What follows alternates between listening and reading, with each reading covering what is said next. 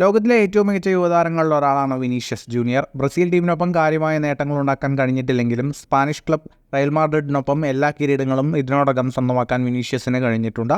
കഴിഞ്ഞ ദിവസം UEFA super കപ്പിൽ റയൽ മാഡ്രിഡ് എതിരില്ലാത്ത 2 ഗോളുകൾക്ക് അറ്റ്ലാന്റയെ പരാജയപ്പെടുത്തിയിരുന്നു. മത്സരത്തിൽ വിനീഷ്യസ് ഒരു അസിസ്റ്റും നേടി ടീമിനെ വിജയത്തിലേക്ക് നയിക്കുന്നതിൽ നിർണായക പങ്ക് വഹിച്ചു. റയൽ മാഡ്രിഡിന് ലാലിഗ കിരീടവും ചാമ്പ്യൻസ് ലീഗ് കിരീടവും നേടിക്കൊടുക്കുന്നതിൽ വലിയ പങ്ക് വഹിച്ച താരമാണ് വിനീഷ്യസ് ജൂനിയർ.